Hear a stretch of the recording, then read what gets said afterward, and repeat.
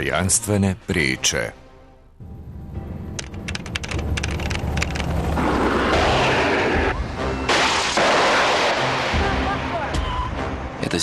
Ovo su snimci čečenskih ratnika. Još nekoliko trenutaka i helikopter federalnih snaga pašće, sahranivši pod sobom skoro 150 vojnika. Ovo je jedna od najstrašnijih epizoda rata u Čečeniji. A ovo je snimak koji je pokazan nekoliko dana kasnije. Mala videokamera u rukama lidera čečenskih separatista Aslana Mashadova. On ne samo da komentariše tu tragediju, već daje sopstvenu procenu o izvršenom terorističkom napadu. Mi možemo da pomognemo ruskim istražiteljima i tužiocima da otkriju istinu zbog čega padaju ti helikopteri.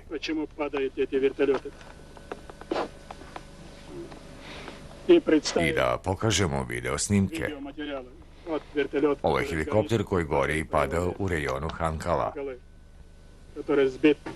On je pogođen našim PZRK iglama. Ubod igle. Ovim događajima je prethodio dugotrajan rad ruskih i američkih specijalnih službi. Sada je jasno da je sprečena najveća teroristička akcija u istoriji naše civilizacije. Ovo je snimak skrivenom kamerom. Ovako je taj slučaj rešavala ruska kontrašpijunaža. Ne, to je medicinska oprema.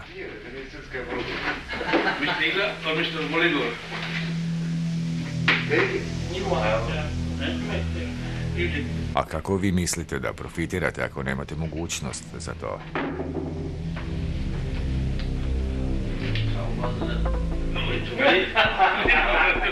A kako хотите пользоваться, если сел? Yes. Yes. Прямо здесь перед? Backside. No. Turn it. Yes. Then this side. Yeah. Right hand. Your right hand is good. Right is it.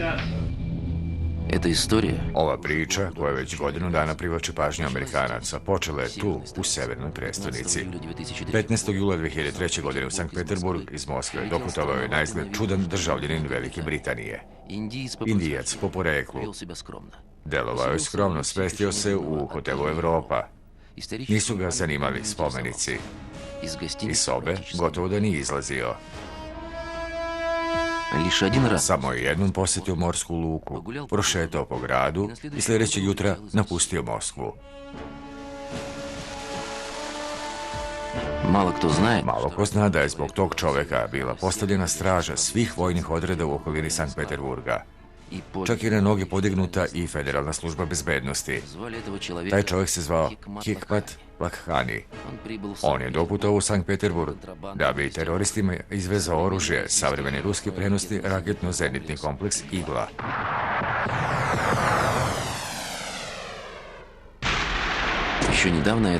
Nedavno je ova firma većinu ljudi asocirala na proizvodnju fotoaparata.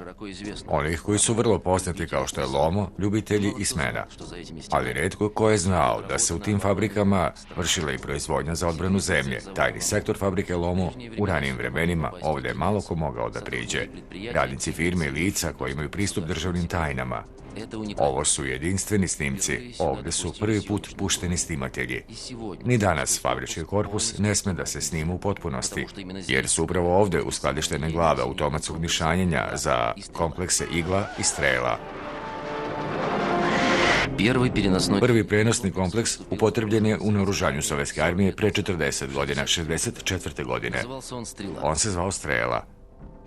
Za razliku od igle, koje je pokušao da kupi Lakhani, on nije imao zaštitu od toplotnih zamki uz pomoć kojih je ponekad uspevalo obmanjivati PZRK. Ipak, 74. godine pojavila se igla, protiv koje su takve zamke ostajale nemoćne.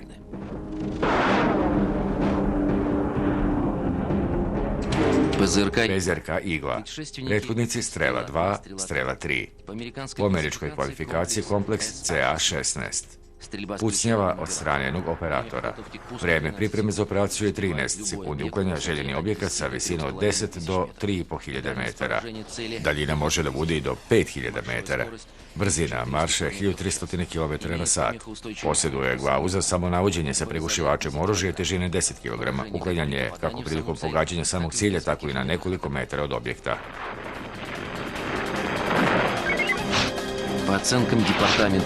Po proceni Departmenta unutrašnje bezbednosti Sjedinjenih Američkih Država danas je u svetu oko 750.000 PZRK, od čega oko 100.000 na crnom tržištu. Cena je sasvim pristupačna. Stara strela može da se kupi za $5.000, igla od 25 do 100.000. Ovo oružje se uglavnom izvozi iz zemalja UND i istočne Evrope.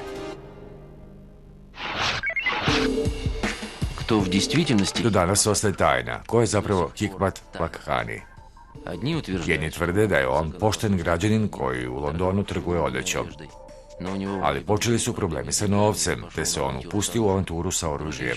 Drugi ga smatraju za okorelog međunarodnog bandita, kome nije bitno na koji način će da zaradi. Tako sarkastično su o njemu pisale američke novine. A tu ima i istine.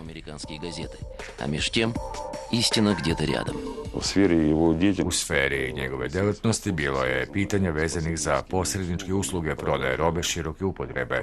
Uočili smo njegove pokušaje da u zemljama Južne Azije proda putničke avione, kao i da izveze iz više zemalja retke metale.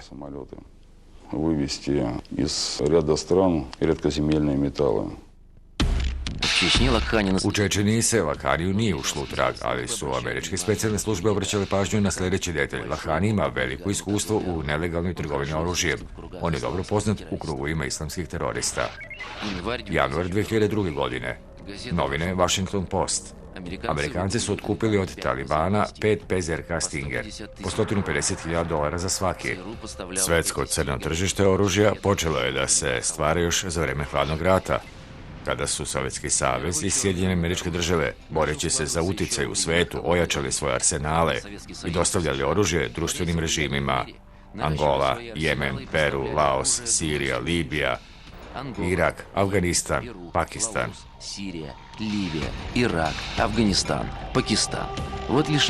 Još nekoliko zemalja koje su Sovjetski savez i njegovi protivnici, Engleska, Francuska, Nemačka, Sjedinjene Američke Države, snabdevali oružjem u toku te decenije. Ko je tamo u Angoli dizao revoluciju? Kubanci, ali sa našim oružjem.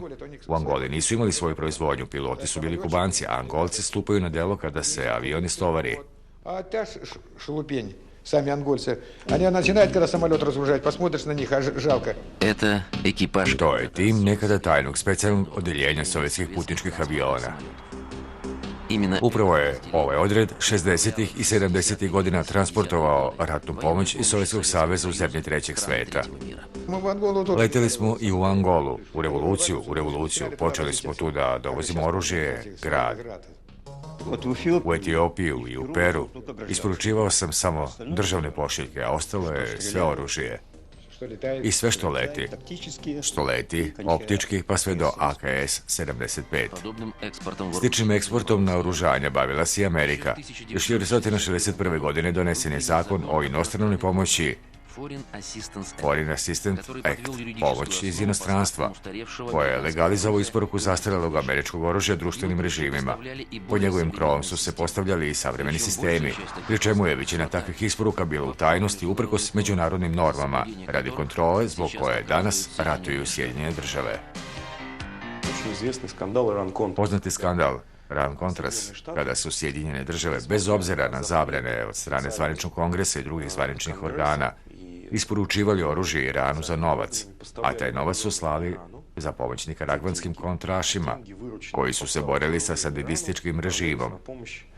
Никарагуанским контрас, которые боролись с сандинистским режимом. Kako će se dalje odvijati isporuke oružja, to se ne zna ni u Sovjetskom savezu, ni u Sjedinjenim Američkim Državama.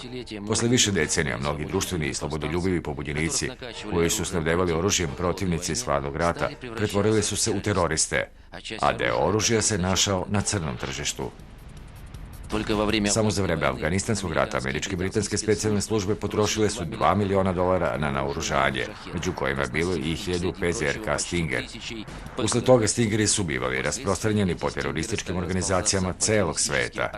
Upravo tada su Sjedinjene Američke Države i počele da otkupljuju od ratnih komandanata sopstvene raketne komplekse.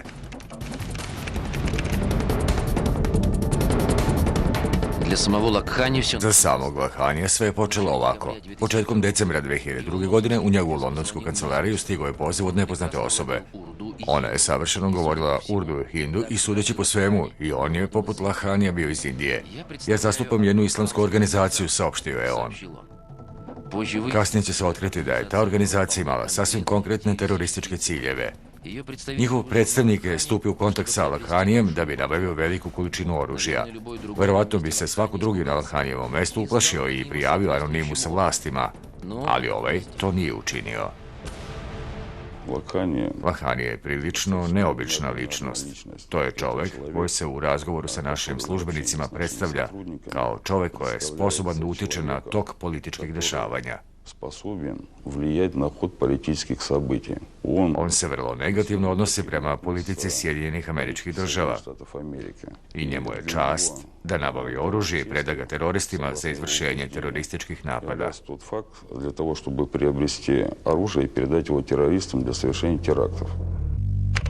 Prvi susret sa klijentom dogodio se tek posle 2 meseca.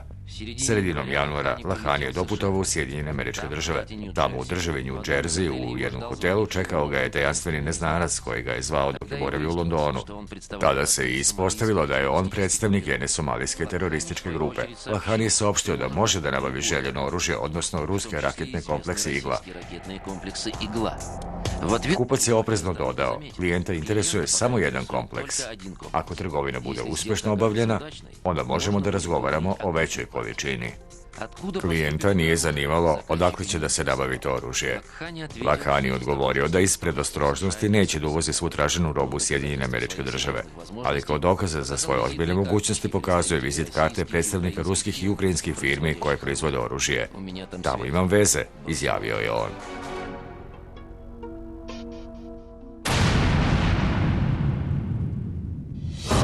1989. godina, Nemačka, pad Berlinskog zida. Ovaj dan je postao prekretnica za crno tržište oružja. Sovjetski savez je u istočnoj Evropi stvorio ogromne zalihe oružja u slučaju rata, sopstveni odbrambeni pojas. Deo oružja je bio raspoređen u zapadnoj, južnoj, severnoj, centralnoj vojnoj grupi, koje su se locirale u Nemačkoj, Austriji, Poljskoj i Čehoslovačkoj. Na primjer, samo na bilansu 6 armija zapadne vojne grupe nalazilo se oko 124.000 jedinica tehnike i naoružanja. Drugi deo se decenijama predavao zemljama saveznicama. To je bila prva linija odbrane u potencijalnom ratu. Tu su dospevale sve najnovije mašine. Na primjer, takve poput frontnog istrebljivača jednoseda MiG-29 i jurišnog aviona Su-35, koji su isporučeni u Nemačku i u Bugarsku. Tenkovi T-72, 270 takvih tenkova je i danas deo naoružanja Slovačke. Ili rakete SS-20, kojih u istočnoj Evropi ima 126 komada. I to, ne računajući 2300 licenciji i dokumentacija za proizvodnju oružja sovjetskog obrazca. Posle raspada Varšavskog ugovora, sve je odjednom dospelo u posed zemalja istočne Evrope koje više nemaju nikakve obaveze prema Sovjetskom savezu. Jedino što je tada uspelo da se uveze u savez je vlasništvo sopstvenih grupa. Isto to se dogodilo posle raspada Sovjetskog saveza 1992. godine sa drugim odbrambenim pojasom, koje je činio bivše savezne republike. Ako uzmemo Kavkaz za primjer, onda tu nije došlo ni do kakve civilizovane podele. Leonid Ivašov, general pukovnik, doktor istorijskih nauka, od 1996. do 2001. godine načelnik glavne uprave Međunarodnog ratnog komiteta Ministarstva odbrane. Azerbejdžan, Gruzija i Jermenija su to naoružanje smatrali svojim. Likvidacija je zahtevala novac koji nisu imali. Ograničenih sredstava pokušali su da prodaju nepotrebno oružje na legalnom tržištu, ali nisu uspeli. I onda je ono dospelo na crno tržište. U novim nezavisnim državama i državama centralne i istočne Evrope nije bilo dovoljno finansijskih sredstava za održavanje vojske. I čelnici vlada i država su otvoreno govorili ministrima odbrane. Imaš veliko naoružanje, prodaj nešto i sve što prodaš stavi na održavanje oružanih snaga. I sve što vyručiš, to tebi na sadržanje вооруженных сил. To oružje se prodavalo tamo gde je moglo da se koristi u vrućim regionima. U Jugoslaviji, Afganistanu, Africi. Šema je bila prosta. Prvo je oružje išlo iz zajednice nezavisnih država u Evropu, u ilegalne firme, a zatim putem treće zemlje preprodavalo se zemljama u ratu. Glavno je bilo naći zemlju koja bi potpisala lažni sertifikat konačnog korisnika. Neke zemlje iz zajednice nezavisnih država praktikovale su upotrebu međunarodnih posrednika sa veoma lošom reputacijom. No, prosto griznije nekuda. Aleksandar Kotelkin, general-major, od 1994. do 1997. godine, generalni direktor državne kompanije Rosvoorужение. Jedan od velikih skandala je bio povezan i sa sumnjivom firmom Banex, sa nelegalnom prodajom aviona Su-17 višim činovnicima Turkmenistana. A kasnije i zaključivanje ugovora za isporuku u Severnoj Koreji operativno-taktičkih raketa SCAT. Evo tog dogovora.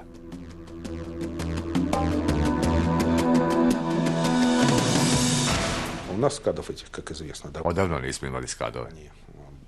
Oni su realno bili uništeni. Ti skadovi su se nalazili u zalihama drugih zemalja. Banex je aktivno pokušavao da zaradi na tom tržištu. Firma Čiste vode Avanturist. Ali koja je koristila pomoć nekih naših činovnika na visokim položajima i kvarila nam reputaciju, naročito Rosvoorужению. Pogodu Rosvoorужению очень сильно. Zato što mi sa jednom cenom izlazimo na tržište, a oni sa drugom cenom, ne imajući na to prava. Kasnije će se ispostaviti da su se ti ugovori zasnivali na oružju koje je nelegalnim putem dobijeno iz magacina u Ukrajini i Belorusiji. Usled toga ruski budžet nije dobio milione dolara, koje je Rusija mogla da zaradi potpuno legalno. Doma su se rasprostranili i dileri oružja u Bugarskoj. Predstavnici Čečenije su spokojno vršljali u Bugarskoj. Neki pošiljke za čečenske ratnike ostvaruju se putem predstavnika, u ovom slučaju u Bugarskoj je to bio Dudajev.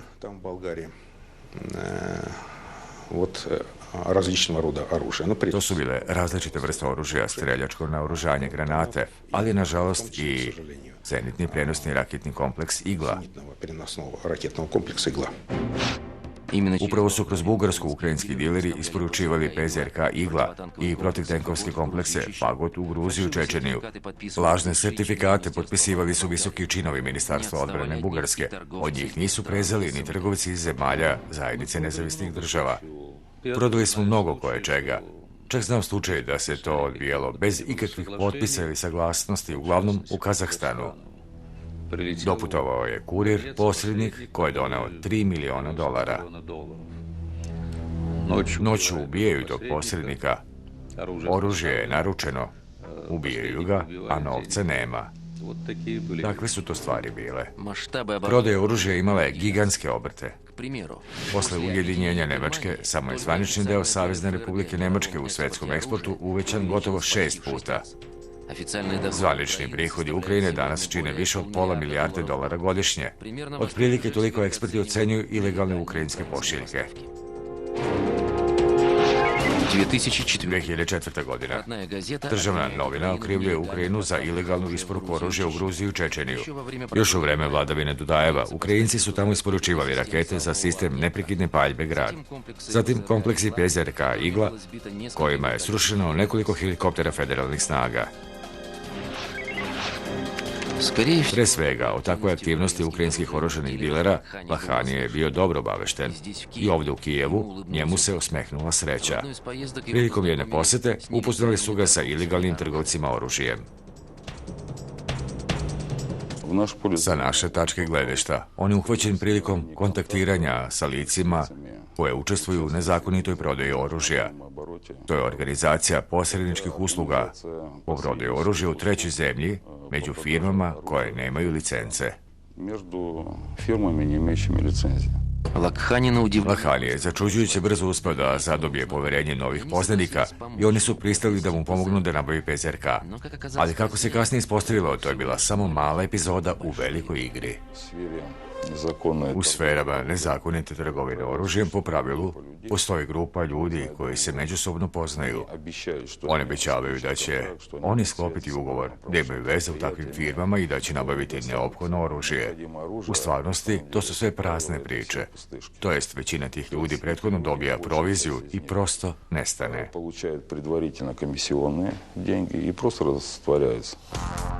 Lakhani nije znao za to i trljao je ruke. Radovao se što će mu uspjeti da uradi ono što pre njega nije uspeo niko. Maltene sa ulice da uđe u tu isplativu i jednu od najtajnijih sfera. On tada još nije znao za jednu sitnicu, da se dileri koji su mu obećali robu već duže vreme nalaze pod prismotrom Federalne službe bezbednosti Rusije. Po podacima američkih novina Los Angeles Times, od 1978. do 1998. godine u svetu je registrovano 29 napada na putničke avione s pomoć različitih PZRK. U tim napadima poginulo je više od 400 ljudi. O pretnji da će teroristi primeniti takvo oružje javno je progovoreno u junu prošle godine. Posle slučaja kada je u vojno-vazduhoplovnoj bazi Prince Sultan u Saudijskoj Arabiji pokušano rušenje američkog lovca bombardera. Tada je zajedno sa bačenom mašinom za lansiranje pronađena ruska igla. Posle 5 meseci u Keniji teroristi su gađali izraelski državni avion. Odgovornost za teroristički napad primila je na sebe Al-Qaida, organizacija Osame Bin Ladena. Prema tvrdnjama FBI, obe rakete koje su poslate na avion bile su ruske proizvodnje. Ovo je snimak Federalne službe bezbednosti Rusije, snimljen je nedavno u Čečeniji. Evo šta je pronađeno u jednom ratničkom skloništu. Desetine granata, mina, municija, strele i savremenije oružje PZRK igla. Na boku su natpisi na arapskom. Na koji način je oružje dospevalo u Čečeniju, ispričao je prilikom saslušanja jedan od ratnih lidera, Salman Radujev. Čak i u najtežem periodu u Čečeniju se moglo uvesti sve što treba. I dovozili i dolazili, a tu okolo je Dagestan, Severna Osetija, Ingušetija. Kroz planine je također nemoguće zabraniti pristup. Kako bi to bilo moguće? Kroz planine su i bile ugovorene isporuke različitih oružja. Što se tiče PZRK, onda su po markama i nekim specifičnim spoljašnjim obeležjima ratni stručnjaci ustanovili da su ti kompleksi proizvedeni još 1991. godine. Ovo oružje je nekada bilo namenjeno celoj južnoj granici Sovjetskog saveza, ali je pri raspadu ostalo i u republikama, u tom smislu i u Gruziji. Tadašnji predsjednik Republike Ševardnadze negirao je bilo kakvo učešće gruzijskih vlasti u isporuci oružja, ali koliko su iskrene bile te izjave. Morao sam da pregovaram sa rukovodstvom Gruzije. Leonid Divašov, general pukovnik, doktor istorijskih nauka, od 1996. do 2001. godine načelnik glavne uprave Međunarodnog ratnog komiteta Ministarstva odbrane. I kada su optuživali da je Rusija uvredila Gruziju, da im ništa nije ostavila i sve uzela za sebe, kada sam pokazivao dokumente, rekao sam: vidite ovaj potpis, što mislite čiji je? Oni gledaju. Od našeg Ševardnadzea? Ja kažem: vidite, ovaj izveštaj je predat našem ruskom generalu i ovo je potpis vašeg generala koji je dobio. Oni su pitali: a gde je to? Rekao sam: teško je reći.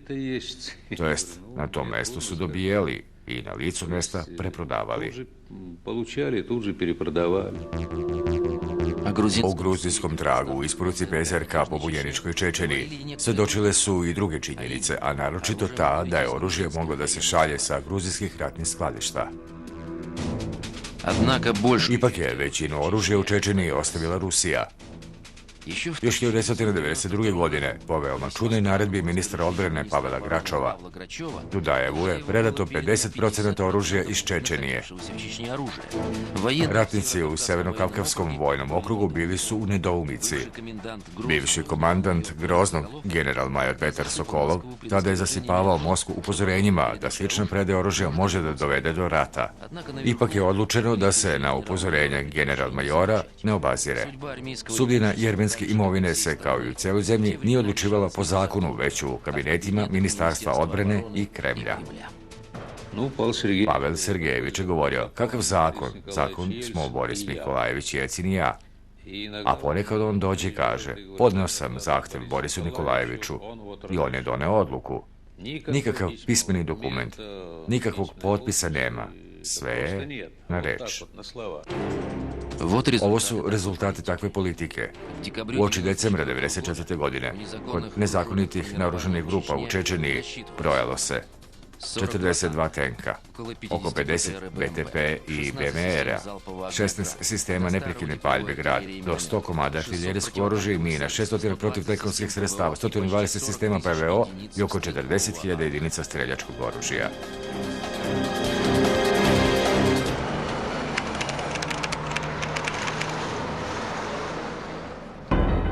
2. oktobra Lahani je pozvao kupca. Potrebno mi je $30.000 kao kapara. Morat ćete da date veliki bakšiš, predložio je on. A za nekoliko dana kupac je primio nov poziv. Ovoga puta je zvala nepoznata osoba. Ona se predstavila kao predstavnik Lahanija i saopštila je konačnu cenu igle, $85.000 i telefon čoveka u Njujorku kome treba dati novac. Svih 30.000, govorio je nepoznati, treba dati u novčanicama od $100. Čovjek koji dolazi na susret treba da donese lozinku, $1 sa brojem F83616063Ž.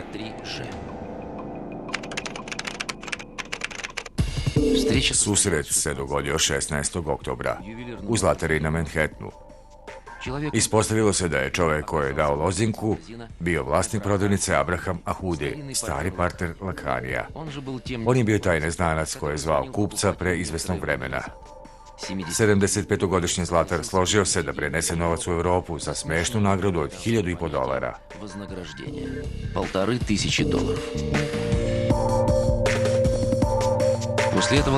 Posle toga su Lakhani i kupac razgovarali još nekoliko puta. Kupac je sve vreme tražio da se ubrza proces i predlagao je da direktno preda ostatak sume na Lakhanijev račun u Londonu. Lahani je svaki put isto odgovarao, uhvatit ćete. Bojažljivo je govorio. Treba biti oprezan. I dodao je, ovaj biznis može da bude vrlo opasan.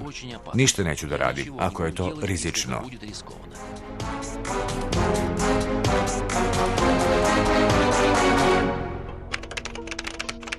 Situacija se iskristalisala već sredinom februara. Lahani je konačno odlučio i faksom poslao broj računa gdje je trebalo predati novac. Račun je otvorila firma sa Kipra. U dokumentu je pisalo da nekakav Mr. Rice treba da plati isporuku medicinske opreme u iznosu od $60.000. Na računu se također nalazila kopija članka iz novina Financial Times o nezakonitim isporukama igle iz Rusije u Irak. Na taj način je Lahani asocirao da je u Rusiji ipak moguće nabaviti PZRK. Ja mogu ugodno da trgujem i peskom u Sahari, govorio je još dok je bio čelnik Rosvoruženija Aleksandar Katelkin. I trgovao je. U vreme dok je bio na toj poziciji, Rusija je bila na drugom mestu u svetu po zvaničnoj prodaji. Ispred su bile samo Sjedinjene Američke Države. Drugi rukovodilac Rosvoruženija, Jevgenij Ananjev, otišao je korak dalje. Dolazio je i nešto predlagao ministru odbrane. Žalio mi se da im on ništa ne dozvoljava.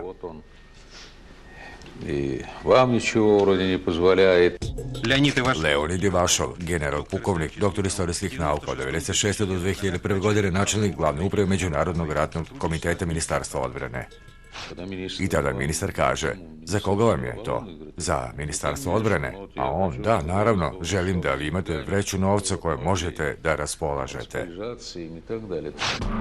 O kakvoj vreći je bilo reči, nije teško pretpostaviti. U junu 2004. godine Interpol je pod istragu stavio Evgenija Ananjeva. Italijansko tužilaštvo ga je okrivilo za pranje $18,5 miliona. Ovaj novac je dobijen prilikom mita radi ugovora za prodaju ruskih lovaca MiG-29, zaključenog još 1998. godine u Peruu. Ovo je snimak skrivenom kamerom. Pred nama je epizoda trgovine među bivšim šefom špijunaže Perua, ministrom odbrane te zemlje i nekim predstavnikom kompanije Rosvoruženje u kancelariji Nacionalne špijunske uprave Perua 4. jula 1998. godine. U čiji džep su otišle te pare od prodatih migova, veliko je pitanje. Naročito kada uzmemo u obzir da je 90. godina u Rosvoruženju bio običaj da se deo novca stavlja u crni fond. Na primjer, pravoslavna Rusija prodaje oružje pravoslavnoj Grčkoj. I odjednom se među nama, već posle potpisivanja saglasnosti ili pred potpisivanjem ugovora, pojavljuje posrednik Arapin. I kako to treba da se shvati? Ako je ugovor na 700-800 miliona, on dobija 15% za posredničke usluge. Razumljivo je, posrednik tu dobija svoju sumu, a ostatak je odlazio levo.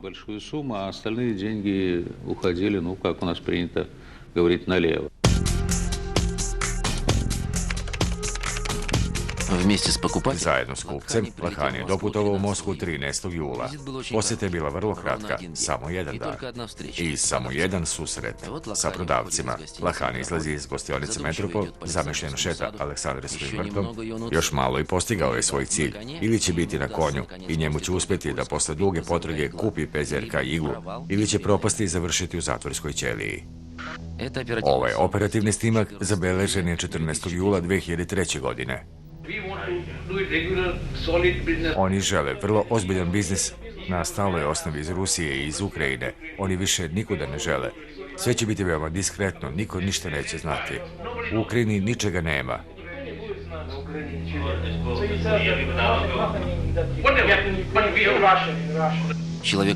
Čovjek u centru je Hikmat Lahani, desno je kupac, koga u toku čitavog razgovora on naziva svojim bratom, i dva prodavca. U sanduku na stolu je PZRK igla.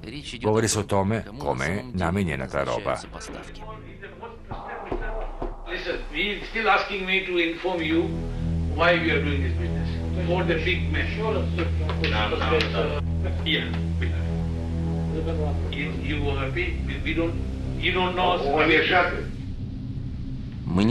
Mi vas ne znamo.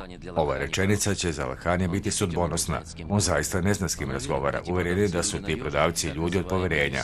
Takozvani sivi dileri zapravo su operativci Federalne službe bezbednosti, koji već nekoliko mjeseci izigravaju teroriste.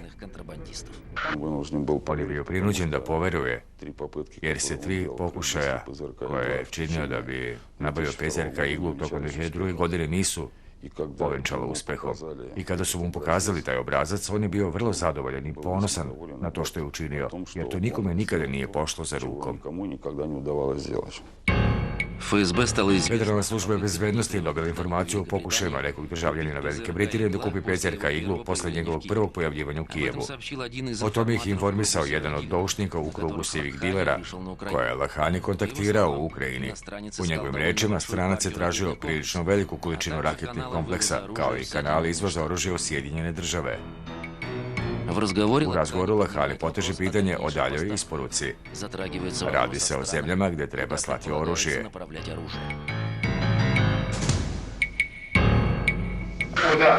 Kuda ćemo to slati? Cena zavisi od mesta isporuke. Somalija, Amerika.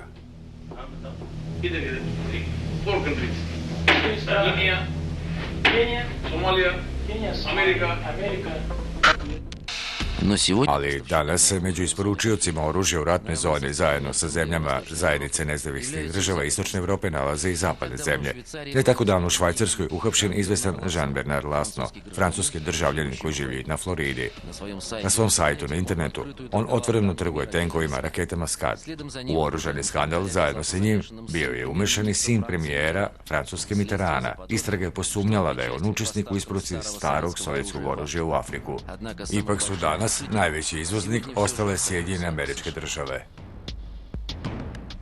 Ubeđen sam da i danas na Bliskom istoku oružje čini deo isporuke u okviru specijalnih operacija CIA ili špijunske uprave Ministarstva odbrane. I ubeđen sam da se danas na Severnom Kavkazu ne koristi samo rusko naoružanje.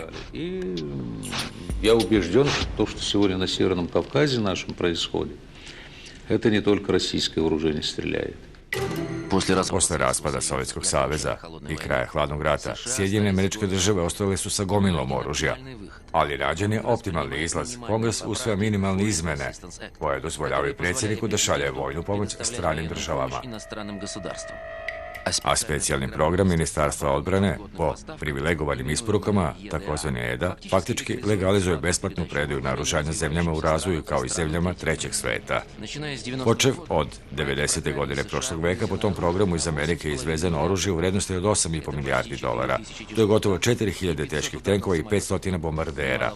To nije zanemarljiva činjenica. Ovo oružje se u Americi smatralo zastarelim, a to znači da ono nije bilo pod strogom kontrolom. Lokacije gde se to oružje upotrebljavalo sada su poznate.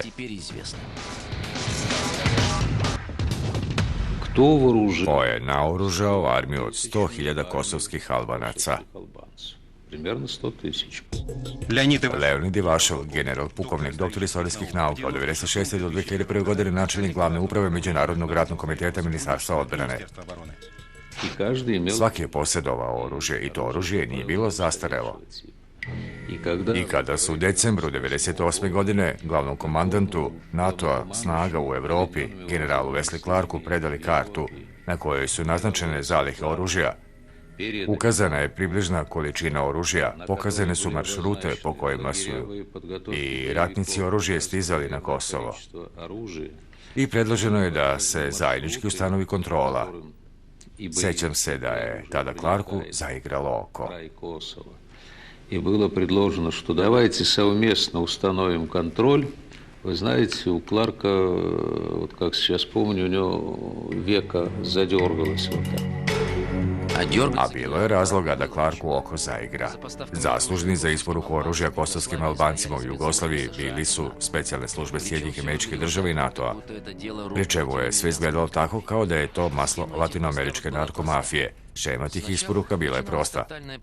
Ponovo se sprovodila kompletna provera svih poznatih firmi i narkokartela koji su se nalazili u približnoj zoni vladinih organa Sjedinjenih Američkih Država.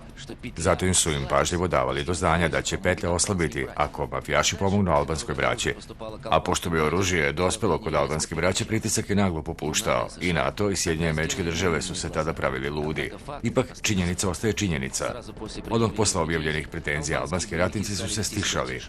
I takva šema nije bila zastupljena samo u Jugoslaviji. Prema podacima Ujedinjenih nacija, tokom posljednje decenije nelegalno nabavljeno oružje koristilo se u 48 krupnih oružanih konflikata.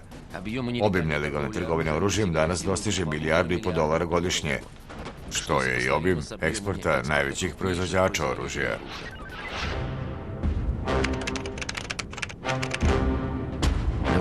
Tog dana iz prestonice u Sankt Peterburg doputovala Hani. Ovde predstoji završni, najbitniji deo operacije. Neophodno je proslediti pošiljku igle i dogovoriti se o uslovima sledeće isporuke. Morska luka Sankt Peterburga, prozor u Evropu i omiljeni prozor terorista. 90-ih je kroz ovaj punkt iz zemlje izvezeno sve što se poželeti može, ali uglavnom prirodna bogatstva. Uvozile su se sve moguće namirnice. Upravo sa ove tačke, kako se nadala Hani, trebalo je da ode u Ameriku PZRK igla.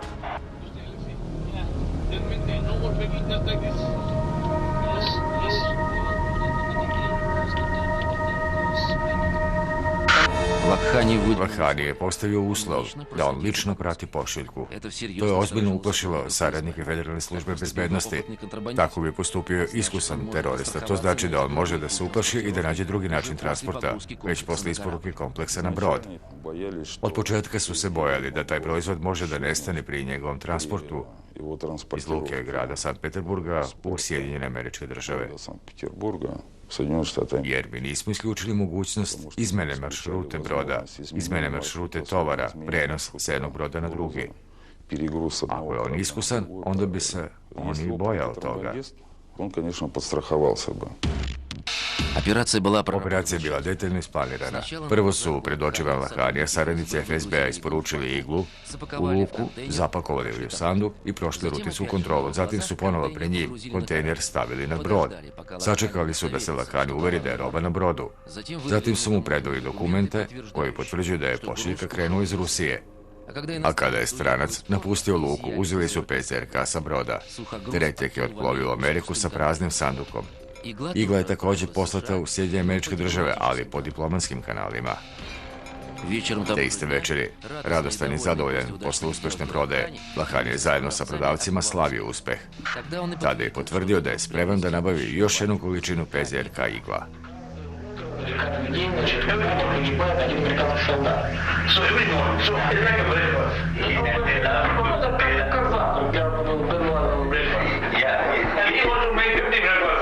Он говорит, хочешь, чтобы у него завтра нет 50 человек сразу. Под словами 50 человек. Lakhani podrazumeva 50 PZRK igala, nova partija za koju je spreman da plati milione dolara. Govori direktno, bez obzira na jednu već uspešnu prodaju, on je bojažljiv. I zbog toga, videći da ga oni ne razumeju, Lakhani uzima olovku i piše partija 50, ali operativci ipak to preciziraju. Mislite na isporuku igle? One igle? Da, ta ista igla.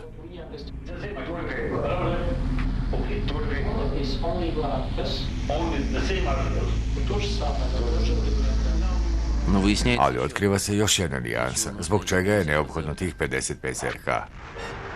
To je oružje namenjeno za naredne terorističke napade u Americi.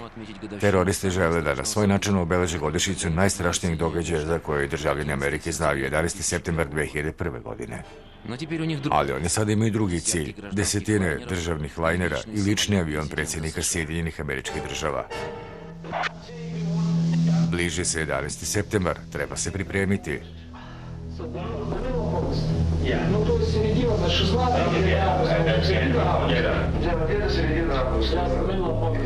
Сам понимаешь, что, так сказать, близится 11, грубо говоря, сентября, надо готовиться. Da li je Lakhani zaista ispunjavao zahteve Al-Kaide ili je blefirao, teško je reći. Ipak, posle 2 meseca, televizijski kanal Al Arabija preneo je audio saopštenje predstavnika Al-Kaide. Govorilo se o tome da će novi teroristički napad ubrzo naterati Ameriku da se uplaši i zaboravi 11. septembar. Груз прибыл в США в начале августа. Pošiljka je stigla u Sjedinjene Američke Države početkom avgusta. Tog dana se Lakhani u Njujorku sreo sa kupcem i saopštio da ovaj treba da mu donese u Abrahamovu kancelariju depozit za 50 raketa, oko $500.000. Novac je trebalo predati još jednom Lakhanijevom poznaniku, Moinudinu Ahmedu Hamidu. 12. avgusta Rais je pozvao Hamida i ugovorio susret na starom, već proverenom mestu u prodavnici starog zlatara. A posle nekoliko sati u prodavnicu je upao FBI.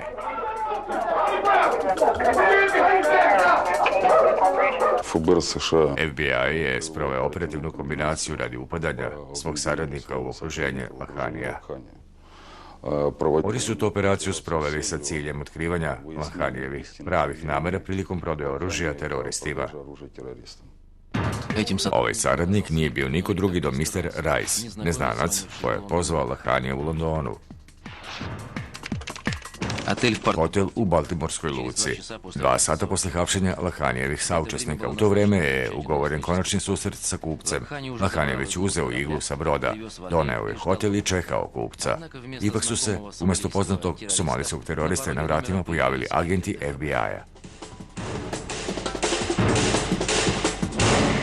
Uhapsili su ga I odmah su počeli da ga saslušavaju saradnici И FBI. в течение 2 I часов u roku od 2 sata on nikakve izjave ne daje, nego govori: to nije moje, ja ne znam šta se ovdje dešava. решения, так сказать, его немножко... I zato je doneta odluka da se on malo ohrabri da da izjavu.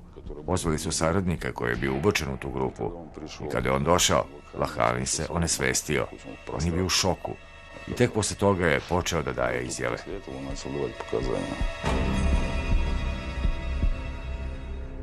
Posle nekoliko meseci, Lahanija su sa lisicama na rukama dovezli u zgradu okružnog suda. Optužnica je bila krajnje lakonska. U njoj je svega 7 stranica i 1/4. Ilegalna trgovina oružjem, pranje novca i saučesništvo u terorizmu. To je suština. Za vreme 15-minutnog nastupa pred sudijom, Lahani nije izgovorio nijedne reči. Zajedno sa njim na osuđeničkoj klupi sedeo je njegov saučesnik Majinuddin Hamid. Sudio je odbacio mogućnost puštanja na uslovnu slobodu. 75-godišnji Ahudi Abraham, bogati jevrijski juvelir, izašao je uz kauciju od $10 miliona. U zatvor su došli Abrahamov advokat, njegov rabin i 4 dece. Advokat je tvrdio da je sudija odredio previsoku cenu kaucije i nastojao je da se ona umanji. Sada suđenje Lahaniju traje već godinu dana, ali za posljednjih godinu dana mnogo toga se promenilo. Sada su u toku sporovi da li je Lahani bio okoreli bandit ili ovaj stari avanturista postao žrtva provokacije specijalnih službi. Bilo kako bilo, teroristi su ulagali u njega. Kao dokaz, vratit ćemo se operativnom snimku i obratit ćemo pažnju na jedan detalj. 3 milijuna kilo. 3 milijuna kilo. He will give. Пластин. Explosives. No, not liquid, especially. Врачил, мать, не understand. Вот это. So what uranium? Уран. Uranijum za proizvodnju opake nuklearne bombe. Lahaniju je trebalo mnogo uranijuma. Posljedice takve kupovine mogle su da budu nesagledive. Suđenje Lahaniju se nastavlja, ali moguće je da neko drugi ovog trenutka obavlja taj posao.